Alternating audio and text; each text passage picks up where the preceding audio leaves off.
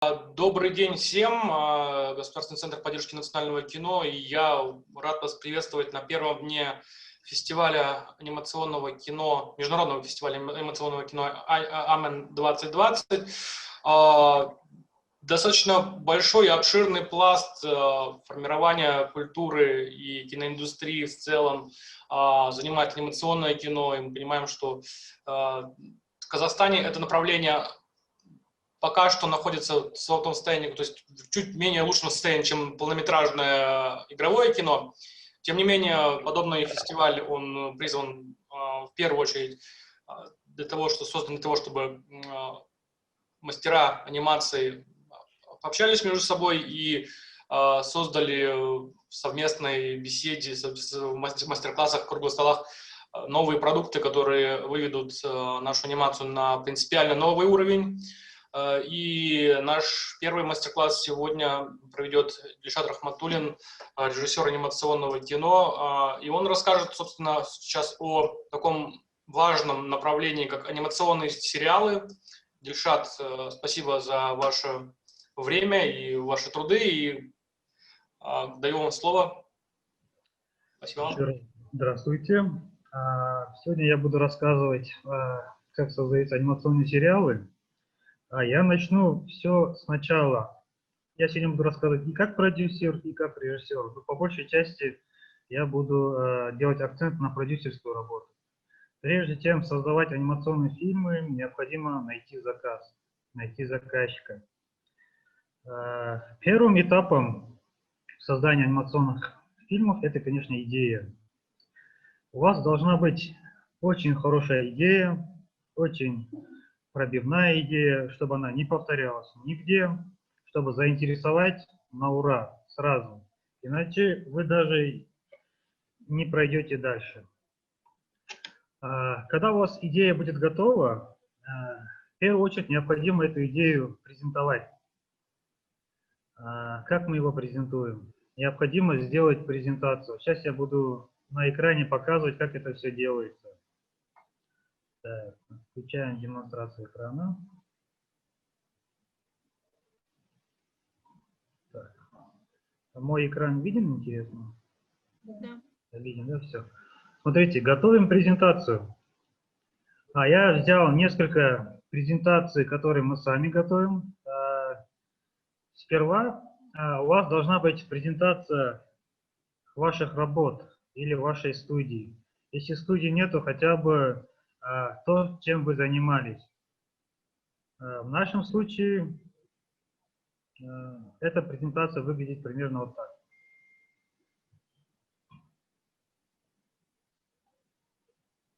Сейчас.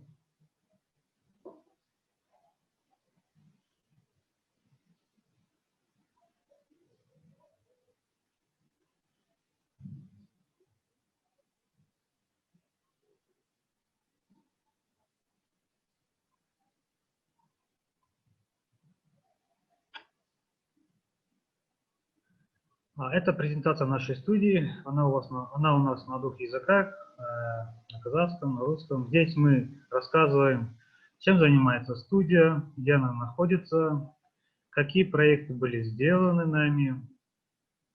Вот. Здесь мы рассказываем, какой проект, когда мы делали, на какую тему. Вот. После этого самое главное, вот если у молодых ребят, да, вот студии нету, там никаких работ нету, вот только закончили университет, академию и так далее, неважно. Вы готовите именно презентацию своего проекта. Смотрите, как она готовится. Например, мы возьмем Марал Мен Энсен, мы его тоже готовили. Сперва мы выбираем тему, на какую тему мы будем делать анимационный сериал. И сразу объявляем, это либо 3D сериал, либо 2D сериал, разницы нет. Оформляем небольшую презентацию, рисуем небольшие наброски. Вторая страница у нас вот сколько минут, сколько серий, на каком языке, аудитория какая. Необходимо кратко дать информацию, что вы хотите сделать. И небольшой синопсис, если вы здесь видите, здесь необходимо этим синопсисом сразу же уже заинтересовать. Если ваш синопсис будет не силен, заказчики дальше смотреть не будут. После того, как вы зацепили заказчика с небольшим сценарием, с небольшими рисунками, вот этими милыми, мы пишем уже третья страница, расширенный синопсис. В расширенном синопсисе мы уже раскрываем полностью тему. После этого мы показываем небольшие эскизы, наброски. Это всего лишь пока наброски, потому что мы не можем 3D персонажей уже без каких-то денег создавать их. Поэтому мы рисуем в карандаше от руки свободно. Смотрите, не бойтесь, студенты, я не знаю. Нужно смело рисовать. Многие аниматоры уже умеют рисовать. Поэтому, если вы сами не умеете рисовать, нужно привлекать художников, дизайнеров, окружение, среду. Вот, я вам сейчас еще один покажу данную презентацию. Так, например, здесь то же самое, вот мы здесь про летчика, то же самое мы говорим, в каком формате это будет сделано, сколько минут и так далее. Все так же повторяется, синопсисы, также эскизы. Смотрите, все нарисовано от руки, на бумаге, карандашом. Кто на фотошопе, без разницы, как вы умеете рисовать. Также можно с интернета референсы. Сперва нужно свои рисунки, нужно показать заказчику, что вы умеете рисовать, что вы умеете образы находить. Потом уже можете референсы с интернета брать и показывать, что вот так может быть, вот так может быть. Это уже поиск стиля. Теперь следующий этап. Мы сделали презентацию. Поучаствовали.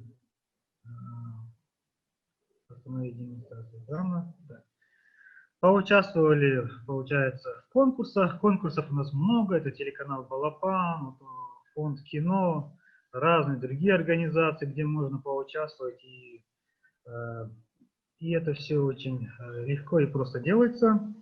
Смотрите, теперь мы выиграли презентацию. Следующий этап – это сбор команды.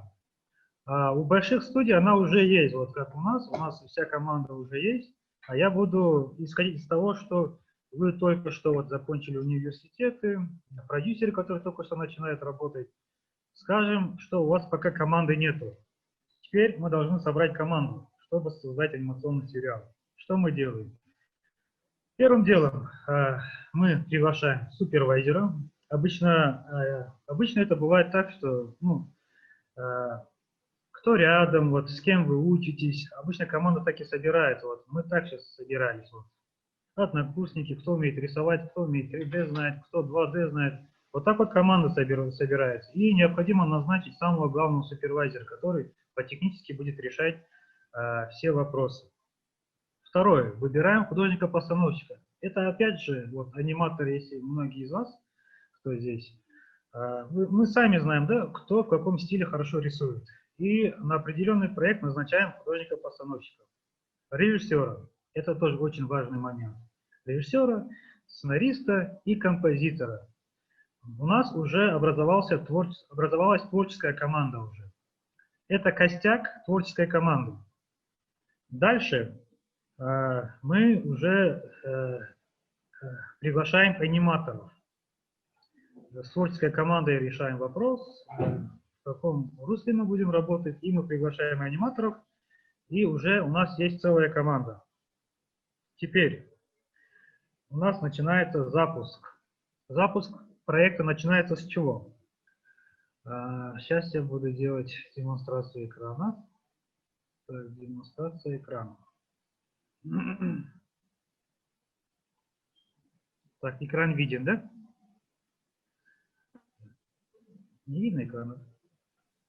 Видно, видно. Ага, все, спасибо. Теперь смотрите, мы собрали команду. Параллельно... видно. Спасибо. Параллельно мы должны запустить сценарий. Приглашаем сценариста, режиссер со сценаристом, они обговаривают детали, начинают писать. Параллельно мы рисуем эскизы. Я вам сейчас буду конкретно по проекту Тинтехтер. Я вам буду показывать разные эскизы. Смотрите, например, мы выиграли конкурс и начинаем поиск. Вот. Опять же, каждый профессиональный аниматор, каждый аниматор, который обучился, и неважно вообще, смотрите, нужно искать стиль. Это очень важно, в каком стиле ваш мультик будет. Вот в таком стиле может быть, в таком стиле может быть. Вот разные стили бросаем. Необходимо искать стиль. И сразу скажу, не надо копировать там из других проектов еще что-то, потому что это все будет видно. Нужно искать свой стиль. А в этом проекте мы штук, наверное, 20 разных персонажей рисовали. Мы пока ищем просто направление. Видите, каждый рисунок в определенном стиле. Если они у нас здесь более вытянутые, вот здесь они более круглые, а здесь вот такие вот здесь. Вот смотрите, вот, например, вот этот персонаж, он больше похож на из кунг-фу панды, правильно? Если вы, там есть Барс. Мы такие персонажи сразу отсеиваем, потому что мы не можем повторять другие стили. Это просто будет неуважение к студии, команде и так далее. Вот этот стиль, он уникален, он не похож ни на один стиль. И вот таких стилей мы ищем разные. Сейчас я вам буду показывать. Теперь, вот видите, мы с интернета, например, тоже какие-то вещи смотрим. Вот, например, вот про этих мимимишек. У них тоже 4 персонажа, ну, главное, по-моему, все разные были. Вот теперь смотрите наши. Мы не похожи на них, но мы, по крайней мере, смотрим, что было сделано.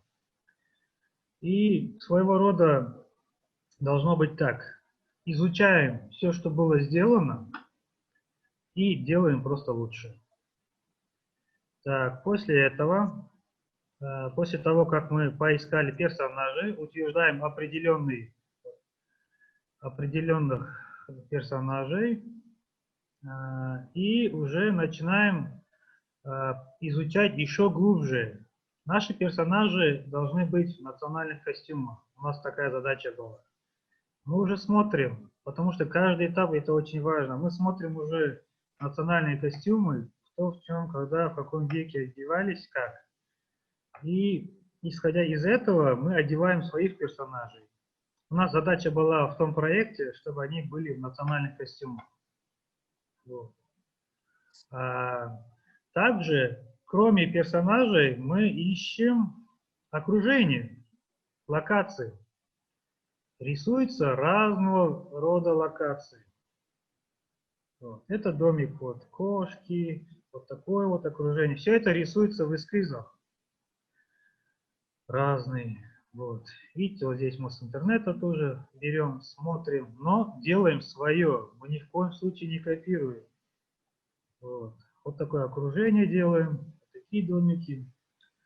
После этого, после того, как мы уже утвердили персонажей, персонажи утверждаются совместно с заказчиком, так как заказчик он прямой потребитель, и у него могут быть свои корректировки. Мы бы так хотели, мы бы сяк хотели. Это все учитывается. И в итоге мы уже начинаем следующий этап. Мы уже начинаем черновую лепить эти домики. В данном случае это у нас в 3D происходит. Видите, мы пока их набрасываем, как бы они могли выглядеть. После этого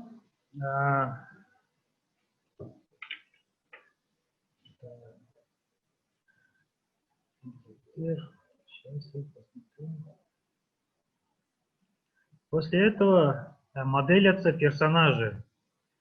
Смотрите, параллельно еще пишется, если вы не забыли, пишется сценарий.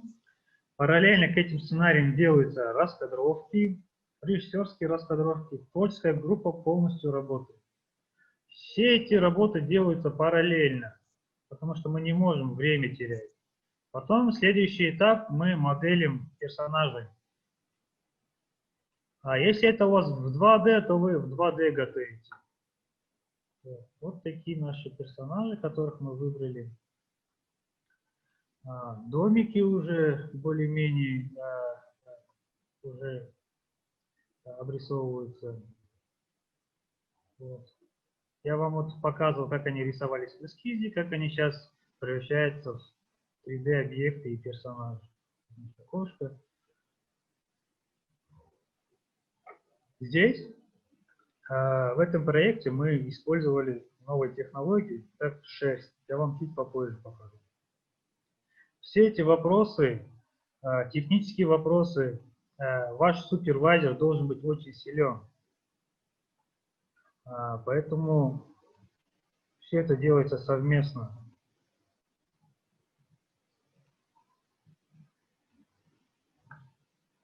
Это домик сурка.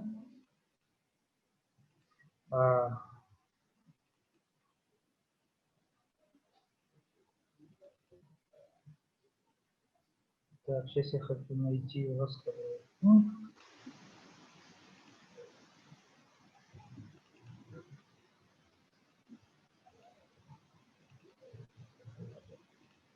Так.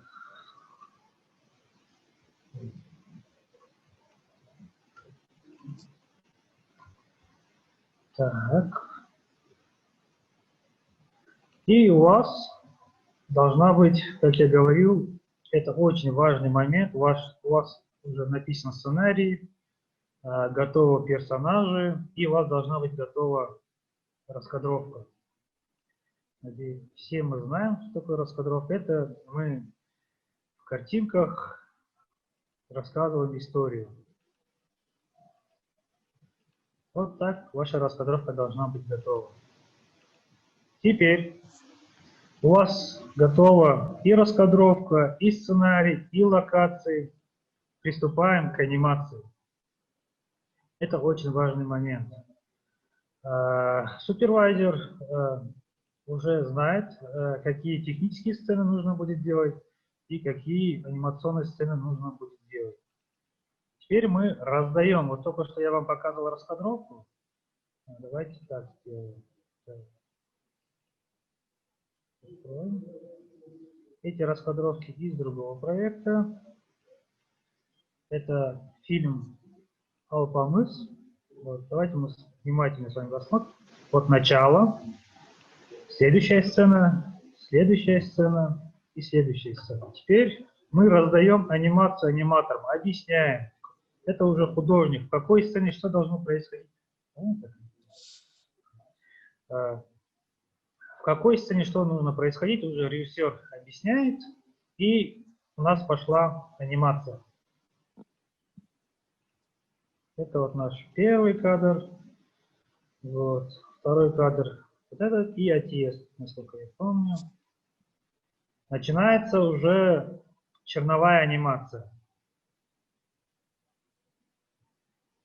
Вот так вот скрупулезно каждая сцена делается. Если мы посмотрим, это у нас, смотрите, вот эта вот сцена. Раскадровка очень важна, потому что мы в анимации не делаем, как в кино, дубли. Мы делаем всего лишь один дубль. И этот дубль должен быть окончательный, потому что мы не можем второй дубль делать. Это уже трата времени, затраты и так далее. Поэтому аниматор конкретно работает над конкретной сценой. И все это должно в голове художника складываться в полнометраж, ну, в полном объеме на анимационный фильм. Итак, мы каждый кадр отрабатываем по раскадровке. Поэтому еще раз хочу очень важный момент вам сказать, что раскадровка у вас должна быть очень четкой. Раскадровка, естественно, делается по сценарию. Сценарий вы утверждаете, и уже режиссер кадрует, и все совместно работают. Теперь у нас анимация готова. Самый важный момент. Анимацию мы собираем в черновой фильм и отдаем композитору. Композитор работает. И еще один момент. Мы устраиваем...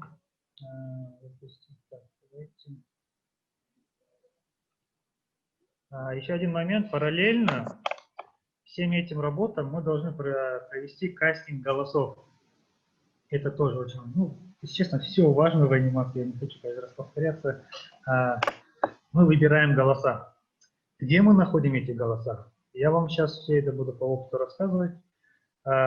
Мы приглашаем детей. С детьми работать очень сложно, потому что профессиональных актеров среди детей мало. Мы едем, например, я еду в Алматинский театр ТЮЗ, театр юного зрителя. Там актеры, взрослые актеры профессионально разговаривают детскими голосами. Также я еду в кукольный театр. Если вы знаете, актеры кукольных театров разговаривают за свои голосами своих кукол. У них тоже детские голоса. Все они приезжают, мы им даем отрывки сценариев, там 2-3 предложения, они все читают. Скажем, записали, там 30-40 человек записали. Даже бывает так, что актеры, девушки разговаривают с мужскими голосами. Или наоборот. У актеров просто диапазон большой, они разного рода вещи могут делать. Произвели кастинг, выбрали штук 10 голосов, и опять же мы советуемся с заказчиком, показываем голоса, все это показываем в черновом, там есть анимации, и приходим к одному решению. Здесь, естественно, все прислушиваются к режиссеру, потому что режиссер, он уже в голове этот фильм снял, и он уже все это знает, и все как должно быть. Вот. После того, когда мы выбрали и голоса, и персонажей, когда мы все это сделали, следующий этап мы монтируем черновой фильм и отдаем композитору. Звук – очень важный момент в анимации. Если вы сделали там супер анимацию, супер голосами, если ваша композиторская работа слабая, все, 50% качества вашего фильма упадет. Поэтому здесь тоже очень важно. Даже бывает так, что мы даем 2-3 композиторам, 3 композиторам даем сразу, чтобы они попробовали. Они конечно, сперва пишут демки, демо-версии. Когда вы уже будете работать в этой сфере, вы уже примерно будете знать композиторов, кто в каком стиле силен. Кто-то силен в национальном колорите, кто-то силен в других там направлениях. Вот мы даем, и мы выбрали, скажем, композитора. И все, что у нас есть, вот черновая анимация у нас в 3D была, это все отправляется в рендер. Демонстрация экрана.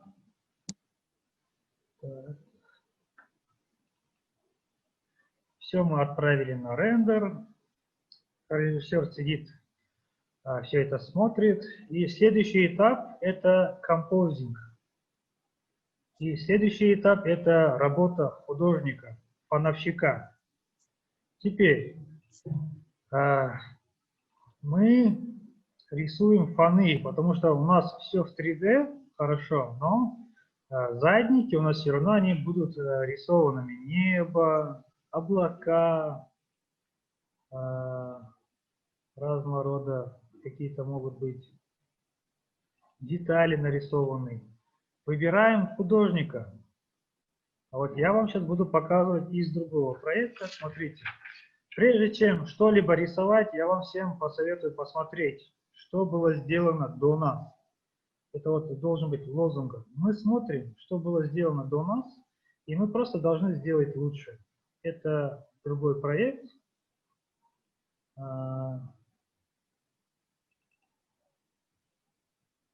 Это опять поиск персонажей.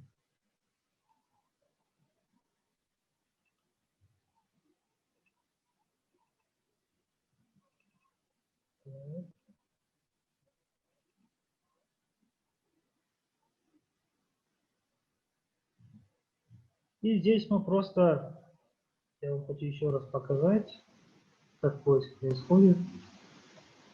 Вот, это все наши поиски, я быстро хочу показать. Вот так мы ищем персонажей, фоны, вот такого рода в цвете мы потом решаем вопрос. Вот. Мы нарисовали фоны, и следующий этап это композинг. Надеюсь, мы все знаем, что это такое композинг. Это когда мы все соединяем. Это определенный специалист, который сидит, фоны соединяет с рендером,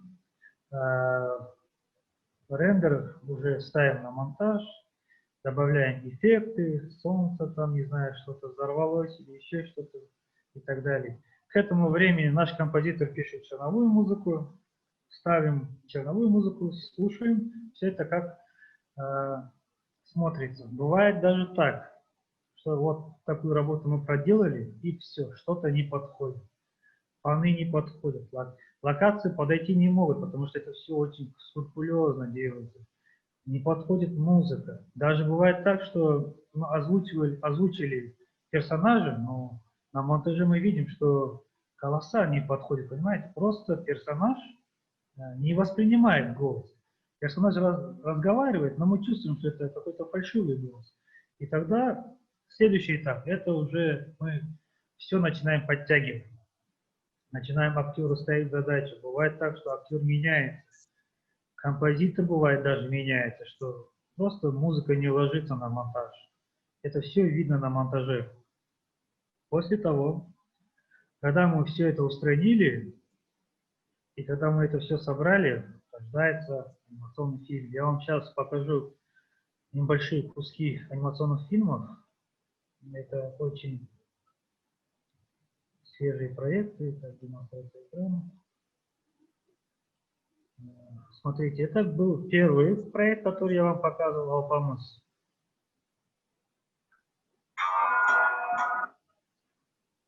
Здесь музыка, рендер, композ, актерские голоса, да, и титры, это очень все важно, все уже собрано.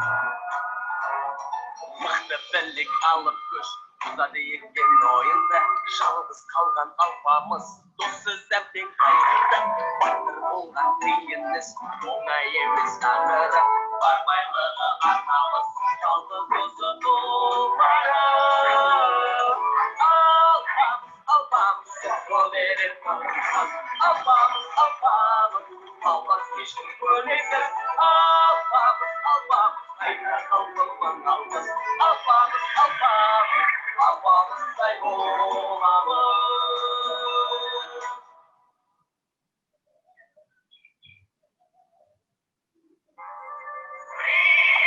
Что большой?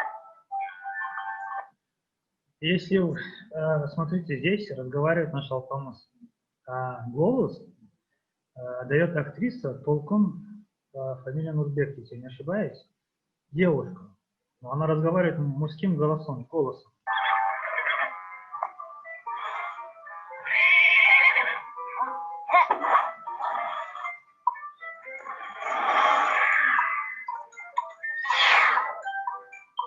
Жарайсың дос, бәрекелді, қанатын бар ау деймін, ә? Ал енді бар күшіңді салып лақтырасың.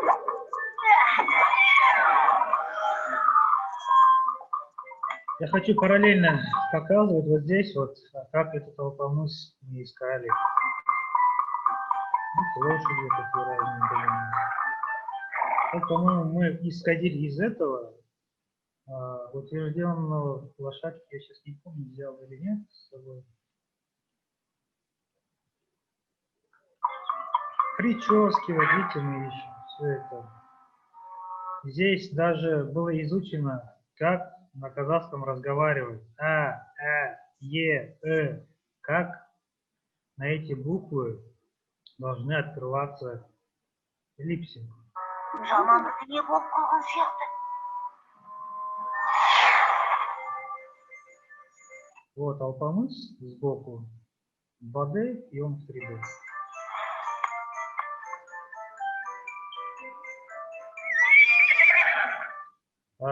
Следующий я хотел бы вам показать вот Тентектер, который он у нас очень свежий проект, поэтому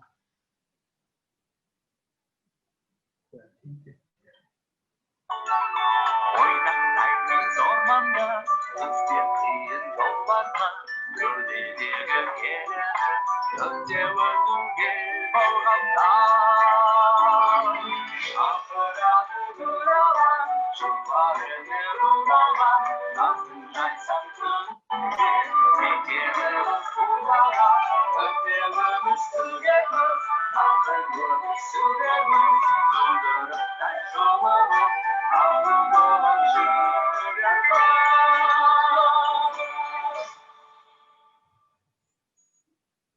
Хочу, чтобы вы обратили внимание, здесь мы использовали новые технологии, шерсть, рендер другой. И это не только мы, это в каждой студии такое должно быть. Каждый ваш проект должно быть лучше, чем предыдущий. Только тогда будет рост в качестве. Если ваш следующий проект будет хуже, чем предыдущий, вы, значит, деградируете. Если ваш проект новый лучше, чем старый, значит, вы растете. Бывает так даже, что не растем. Бывает, растем. Это вот такая тенденция.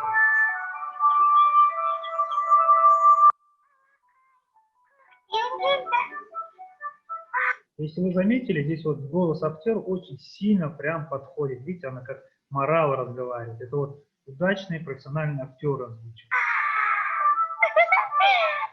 Послушайте задний фон. Так звук работает.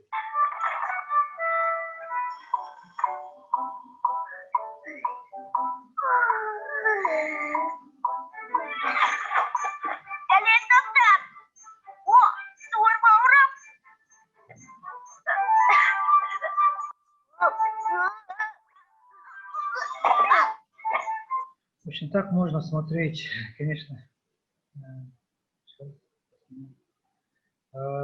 Хочу небольшую ремарку сделать. Смотрите, вы только что видели наши проекты, ну, в Казахстане. Мы сейчас не хуже других студий зарубежных, российских, европейских. Это все возможно, все делается.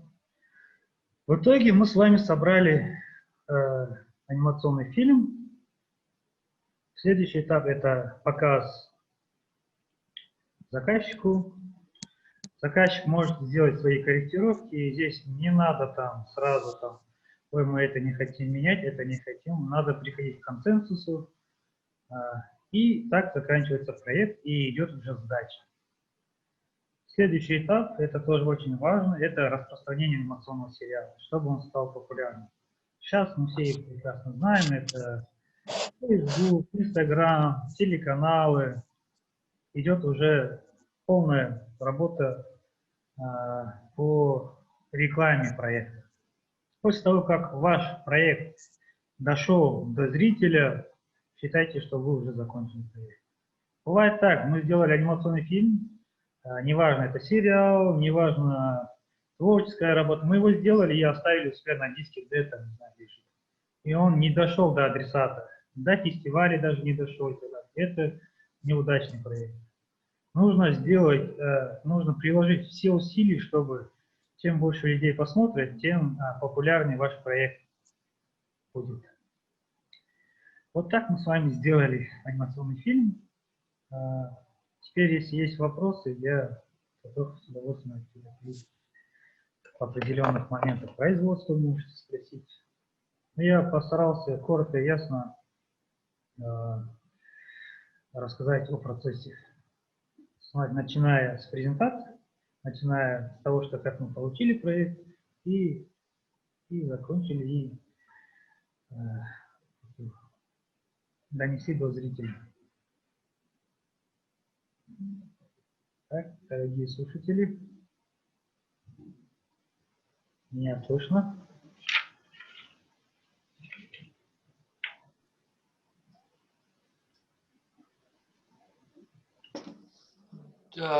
Есть еще у нас вопросы какие-то по существу? Я сұрағым бар, естіліп тұр ма дауысым? Я қазақша айта беріңіз және.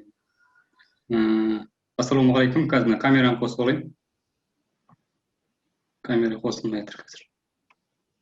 Мен көрініп тұрмын ғой, иә? Иә, көрініп тұр. Менің есімім Қуат Әбілқайыров, жалпы художникпін, сурет саламын.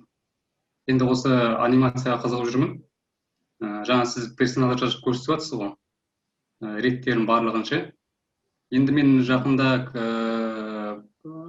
планшет аламын, жаңа сурет салатын. Планшеттердің қандай түрін таңдаған дұрыс? Жалпы планшетте салған салу керек пе осы персонаждарды, әлде оны кәдімгі неге рисованияға салып, оның пастельмен болсын, акварельмен, гуашьпен болсын бояп, оны принтерден өткізіп, солай істеуге бола ма? Қайсысы негізі выгодно?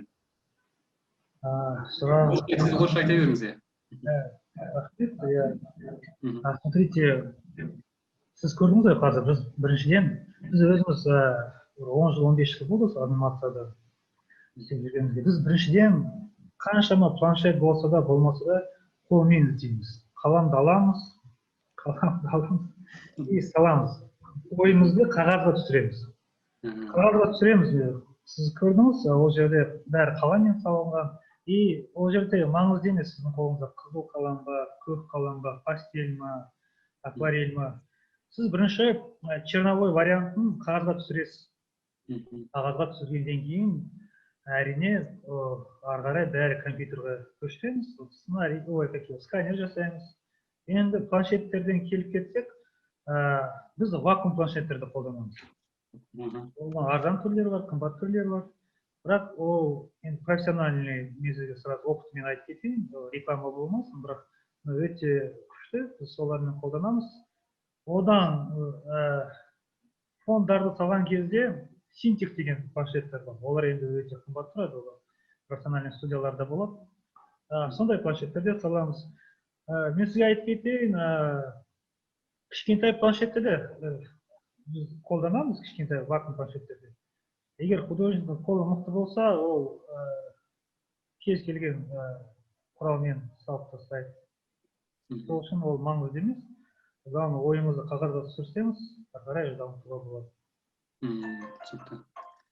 Сол сұрайын дегенім.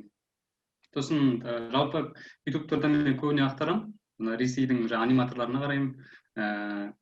Әрбір салу жолдарын көрсететін негізі қандай уроктарды қарауға болады? Мысалы, персонажын басталып, мысалы, бір сценарий болсын, бір жазушының әңгімесі болсын, орысша болсын, осыны қара деп айтатындай ютубта бар ма?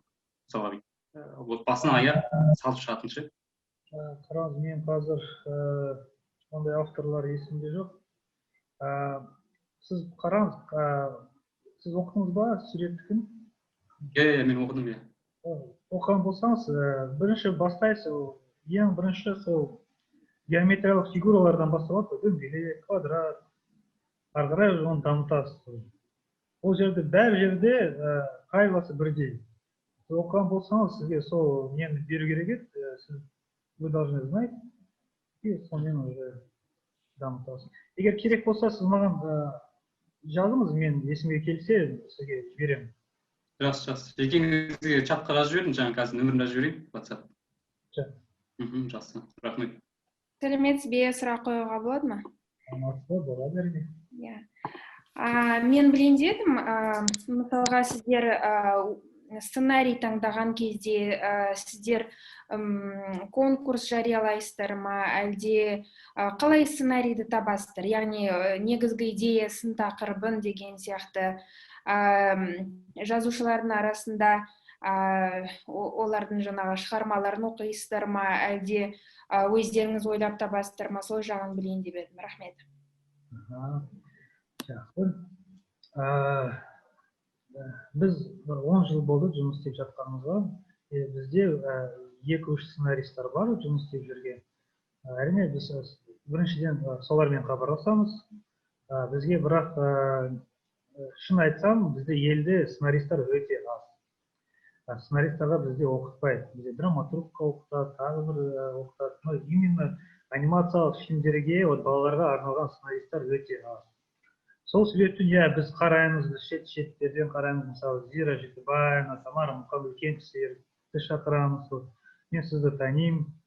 Сізбен де, надеюсь, жұмыс істеп көруге менің пландарым бар. Рахмет, аға. Әрине, біз қарастырамыз сценарийларды. Жақсы, рахмет. Негізі осы презентация маған ұнады. Сценаристерге де пайдалы деп ойлаймын, себебі жұмыс барысы қалай өтеді, соның барлығы бізге қызық болды. Рахмет сізге. Сұрағыма да жауап бергеніңізге рахмет. Сау болыңыз.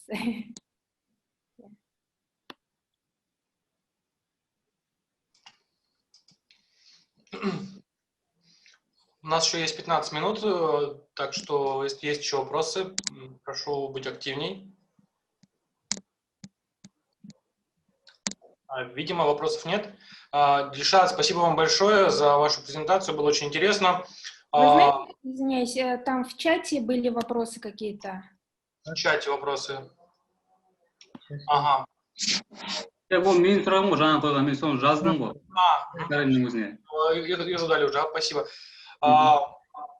Так, наш фестиваль Амен 2020 продолжается, и следующий мастер-класс уже у нас начнется через минут, поэтому всех будем рады видеть. Дильшат, еще раз вам спасибо большое за ваше выступление. На этом мы завершаем мастер-класс по созданию анимационных сериалов и ждем всех вас на следующих наших мероприятиях. Спасибо большое. Спасибо всем.